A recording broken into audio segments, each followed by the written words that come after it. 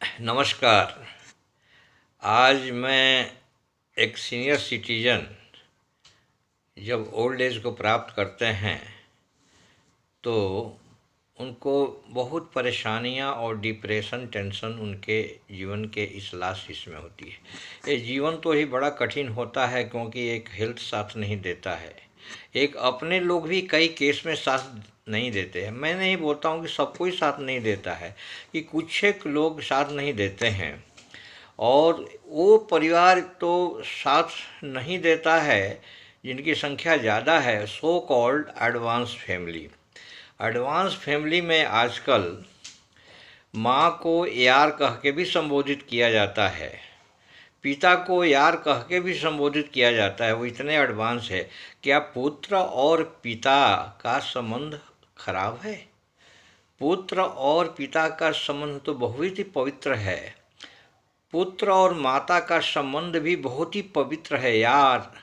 एक से संबोधित करके धीरे धीरे ये संस्कार हमारे मिटते जाते हैं। ऐसी लड़कियां और कुछ लड़कियां जो घर में बहू बन के आती हैं, वो जो है उनके व्यवहार जो है बुजुर्गों के प्रति सम्मान जो है वो नहीं के बराबर कहीं कहीं देखा जाता है।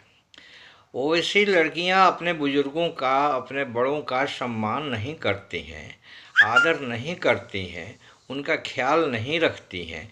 इसका रिजल्ट होता है कि वो डिप्रेशन में चले जाते हैं। एक बुजुर्ग को क्या चाहिए?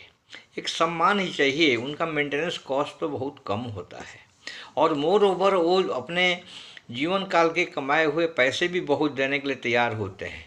लेकिन फिर भी इस तरह की बहुएं और इस तरह के कुछ पुत्र जो होते हैं पिता को एक बर्डन समझते हैं। बेसिकली बर्डन होते नहीं हैं, वो साइकोलॉजिकल बर्डन तो ज़रूर रहता है लेकिन रियल बर्डन तो कुछ नहीं रहता है।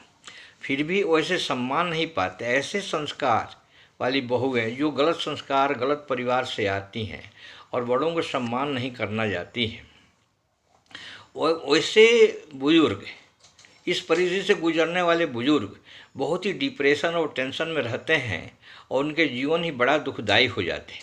और इसमें जो है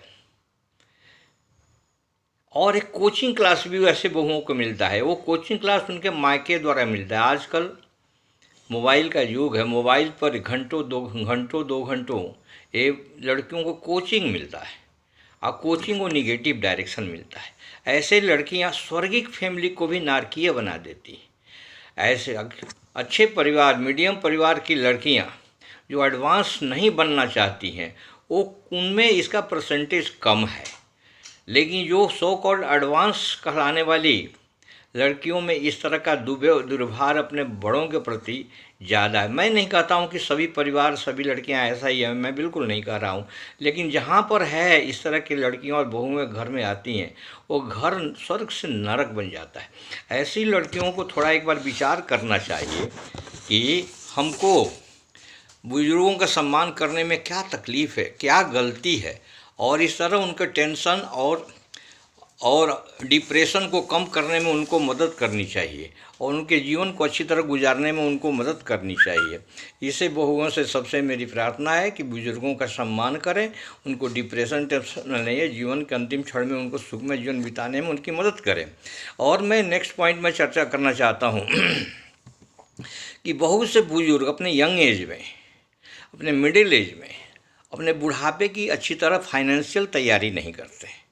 और बुढ़ापे में के लिए अगर फाइनेंशियल तैयारी नहीं करते हैं और एक तो हेल्थ साथ नहीं देता है, प्रकृति हेल्थ के अनुसार हेल्थ साथ नहीं देता है, दूसरा कुछ पुत्र और वधुएं साथ नहीं देती हैं और फाइनेंशियली भी वीक हो जाने से उनके बुढ़ापा और भी कष्टमय हो जाते हैं और बहुत ही वो टेंशन और डिप्रेशन में गुजारते हैं। उनके जीवन का कैसे गुजरता होगा वो उनकी कल्पना करके भी आत्मा कांप जाती है। इस तरह अपने यंग एज में, मिडिल एज में, अपने बुढ़ापे के लिए, अपने बुजुर्गियत के लिए, सीनियर रिटायरमेंट के लिए एक फाइनेंशियल तैयारी भी करना अति आवश्यक है, जो कुछ हद तक अपना मदद कर लेती है और इस तरह कुछ टेंशन और डिप्रेशन में कमी लाई जा सकती है। कुछ बच्चे इतने सक्सेसफुल हो जाते हैं, वो विदेश चले जाते हैं, अच्छी नौकरी पकड़ लेते हैं, तो जिस परिवार में बच्चे अच्छी नौकरी पकड़ लेते हैं और बहुएं जानती हैं कि मैं फाइनेंशियली स्ट्रांग हूँ, तो वो तो अपने भाइयों से, अपने परिवार से, अपने संबंधियों से भी अलग होना पसंद करने लगती है और पूरे परिवार को छिन्न भिन्न कर देती हैं, बर्बाद कर देती हैं। और जो बुजुर्ग पूरे परिवार को अपने पूरे जीवन काल में बांध करके और अच्छी तरह चलाते रहे और अपने आँखों के सामने बिखरते हुए देख करके उनकी आत्मा कांप जाती है और भयंकर टेंशन और डिप्रेशन में उनके समय गुजारने पड़ते हैं। इस तरह जो है इसको विचार करते हुए ऐसे पुत्र और बहुओं को परिवार को स्वर्गिक ही रहने दिए। उनके जीवन कितने दिन के लिए होते हैं, थोड़ा दिन सह करके और उनके जीवन को अच्छी तरह बिताने का मौका उनको देना चाहिए।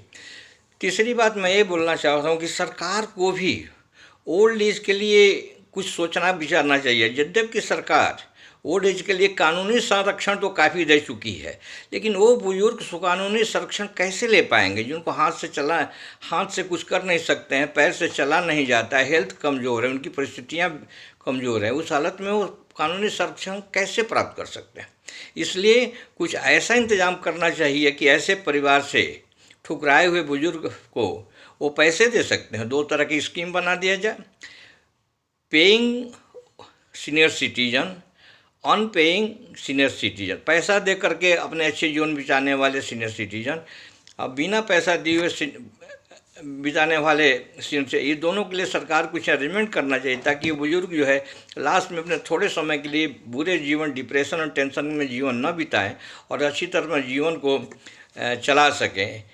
इस तरह जो है कुछ तो विचार करना चाहिए समाज को। समाज के आजकल देखा जाता है कि बच्चे अपने घर के बुजुर्ग को ध्यान नहीं देते हैं, सीनियर सिटीजन को ध्यान नहीं देते हैं, लेकिन दूसरे के बुजुर्ग को ध्यान देते हैं, दूसरे के बुजुर्ग को सम्मान दिखाते हैं, जैसे बहुत सम्मानित परिवार से आए हों, बहुत संस्कार परिवार से आए हों। तो इस तरह जो है बुजुर्ग को अपने परिवार में टेंशन और डिप्रेशन से बचाने के लिए ये यंग एज के जो आजकल के यंग एज के जो बच्चे हैं उनको ध्यान देना चाहिए, उसके बारे में सोचना चाहिए, क्योंकि ये परिस्थिति सबके साथ एक न दिन गुजरने वाली है। और अपने संस्कार को बचाने, सनातन संस्कार को, परिवार को बचाने के लिए कुछ न कुछ सोचना चाहिए ताकि ये थोड़े दिन के समय उनके अच्छे से गुजर सके। इन्हीं के साथ मैं इस वीडियो को अब समाप्त करने जा रहा हूँ और इसके साथ आप लोगों के साथ नम्र निवेदन है कि अगर ये वीडियो हमारे पॉइंट्स अगर अच्छे लगें तो उसको लाइक करिए, शेयर कीजिए, सब्सक्राइब करिए। अगर अच्छे न लगें, कोई तकलीफ़ लगे तो मुझे माफ़ करिए। Thank you very much. जय हिंद, जय भारत।